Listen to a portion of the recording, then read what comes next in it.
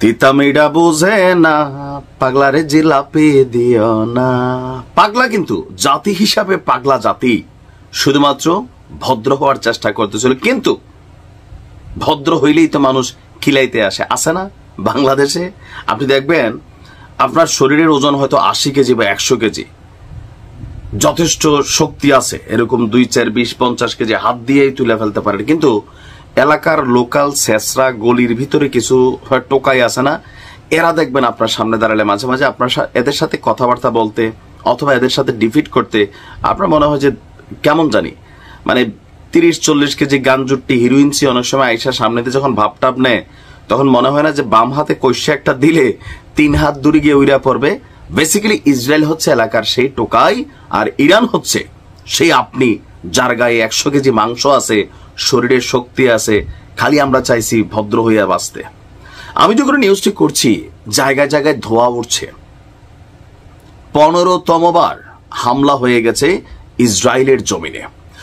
দর্শক, গতকালকে রাতে প্রথম ধাপে ছোট একটা হামলার পরই, ছোট হামলাটা হচ্ছে ওই যে পটাকাফাত বলছি না আপনাদেরকে, এরকম পটাকাফাতটা হচ্ছে কি ইসরায়েলের আকাশ প্রতিরক্ষা সিস্টেমকে একটু খরচ টরচ করায়, এরপরে দিয়া সিরিয়ালি জায়গা মতো যায়, কেন রিলোড হইতে সময়টা লাগে।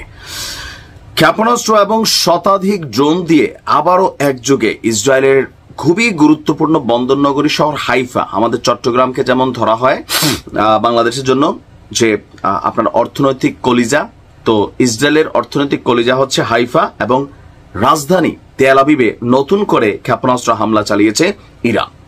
ইরানের রাষ্ট্রীয় গণমাধ্যমের বরাত দিয়ে আল জাজিরা বলছে যে আপনার আইআরজিসি, যাদের হৃদয়ে রক্তক্ষরণ হচ্ছে কারণ তাদের প্রধান, সাব প্রধান, গোয়েন্দা প্রধান, 3 জন প্রধানকে শাহাদাত করা হয়েছে, সেই আইআরজিসি বলছে যে ইসরায়েলের হাইফা এবং তেল আবিবে বড় ধরনের অভিযান চালিয়েছে ইরান। লক্ষ্যবস্তু কি? সামরিক এবং সামরিক শিল্প সম্পর্কিত কেন্দ্রগুলোর বিরুদ্ধে একটি সমন্বিত ক্ষেপণাস্ত্র এবং ড্রোন হামলা শুরু হয়েছে।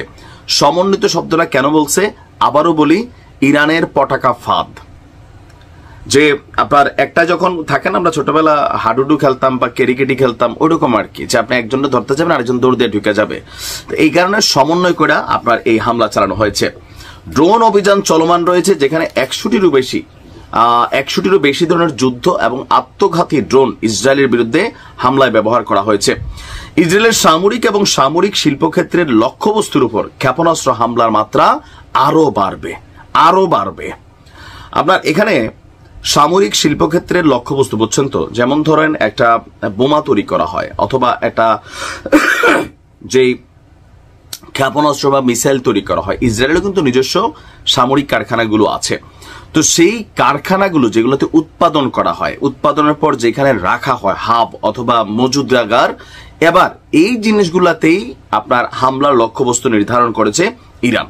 একই সঙ্গে এই যে জিনিসগুলা, এগুলো যে এলাকায় আছে আশেপাশে কিন্তু আপনার ব্যাপক জনগণের বসবাস আছে। ইরান বলছে এই অঞ্চলগুলো ছেড়ে ইসরায়েলের জনগণ যেন তারা নিরাপদ দূরত্বে সরে যায়।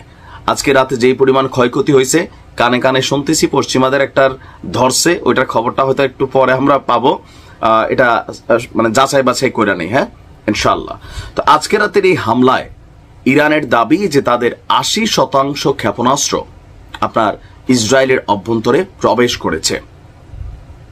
এটা ইনশাল্লাহ 100% হবে, খেলা হবে। গুড মর্নিং, শেষে দিলাম ঈদ মোবারক।